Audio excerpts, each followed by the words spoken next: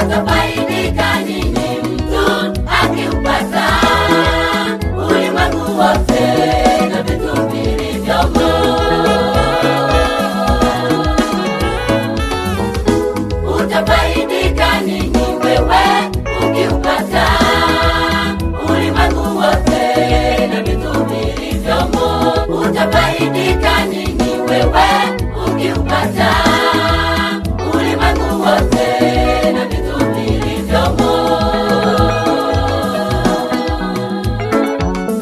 Kisha baada ya hapo apate hasara ya nafsi na roho. Kisha baada ya hapo apate hasara ya nafsi na roho.